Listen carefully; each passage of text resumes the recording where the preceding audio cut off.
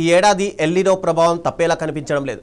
వర్షపాతం తగ్గి వర్షాభావ పరిస్థితులు ఏర్పడే అవకాశం ఉందన్న హెచ్చరికలతో కేంద్ర రాష్ట్ర ప్రభుత్వాలు అప్రమత్తమయ్యాయి. కరువు ముప్పును ఎదుర్కొనేందుకు రైతులు ముందస్తు జాగ్రత్తలు తీసుకోవాలని నిపుణులు సూచిస్తున్నారు.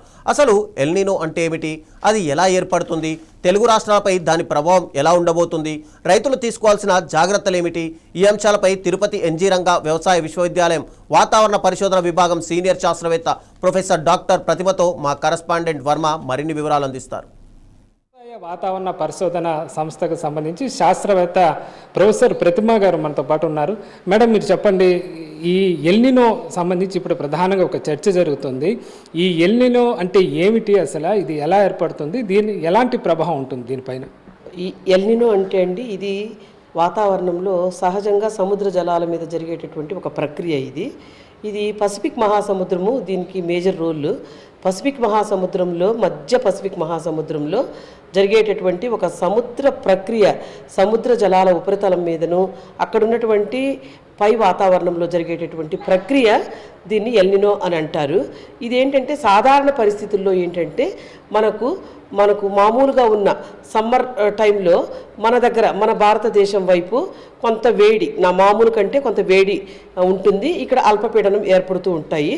మనకు పసిఫిక్ మహాసముద్రంలో అదే సమయంలో సముద్ర జలాల మీద కొంత చల్లని నీరు ఉండి కొంత అక్కడ ఉష్ణోగ్రతలు కొంత తక్కువగా ఉంటాయి. అప్పుడు మనకు ఉష్ణోగ్రతలు అన్నీ కూడా ఈ తూర్పు వైపు నుంచి పడమట వైపు ఉన్నటువంటి మన ఇండోనేషియా కానివ్వండి, ఆస్ట్రేలియా కానివ్వండి, భారతదేశం వైపు కానివ్వండి, ఇలాగా ఇటువైపుకు మనకు మూవ్ అవుతూ వస్తుంటాయి.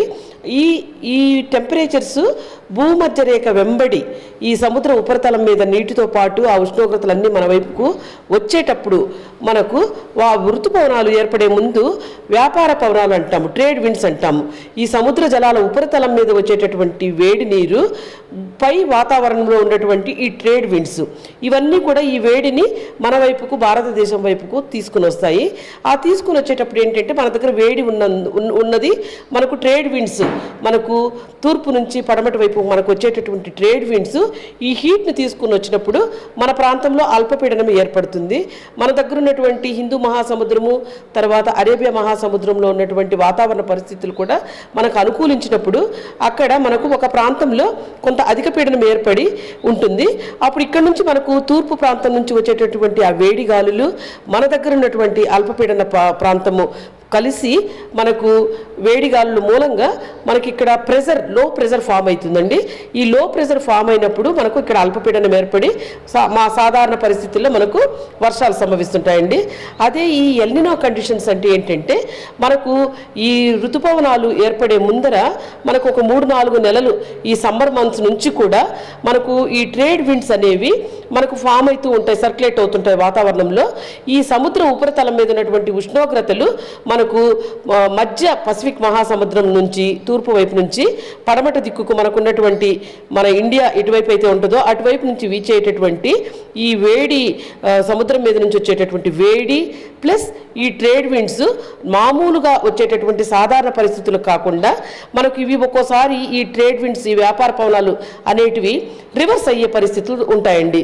సముద్ర వాతావరణంలోనూ ఆ పై వాతావరణంలో ఉన్నటువంటి కారణాల వలన మనకు రివర్స్ అయ్యి ఒక్కోసారి బలహీనపడతాయి ఈ ట్రేడ్ విండ్స్. ఈ ట్రేడ్ విండ్స్ తోటే మనకు ఈ వేడి అనేది మన ప్రాంతం వైపు వస్తుంటుంది. కానీ ఎప్పుడైతే ఇవి రివర్స్ అయ్యి బలహీనపడతాయో మన వైపు రావాల్సినటువంటి ఈ సముద్ర ఉపరితల వేడి, ఎక్కడైతే సముద్ర గర్భంలో ఉన్నటువంటి వేడి మనకు పైనుంచి మన వైపుకు వస్తుందో, అది ట్రేడ్ విండ్స్ తమ దిశను మార్చుకున్నప్పుడు ఆ వేడంతా కూడా రివర్స్ డైరెక్షన్లో మళ్ళీ మనకు దక్షిణ అమెరికా వైపుకు, మనకు తూర్పు వైపుకు మళ్ళీ వెళ్ళిపోతుందండి. ఈ వెళ్ళిపోవడం అనేది ఏంటంటే ఈ సముద్రంలో ఉన్నటువంటి ఉష్ణోగ్రతలు ఆ ప్రాంతంలో అధికమయ్యేదానికి అవకాశం కల్పిస్తాయి. సో ఆ ఉష్ణోగ్రతలు అక్కడ నార్మల్గా సాధారణ పరిస్థితుల్లో ఉండవలసిన దానికంటే అధికంగా ఉన్నప్పుడు మనకు ఎల్నినో కండిషన్స్ ఏర్పడతాయి.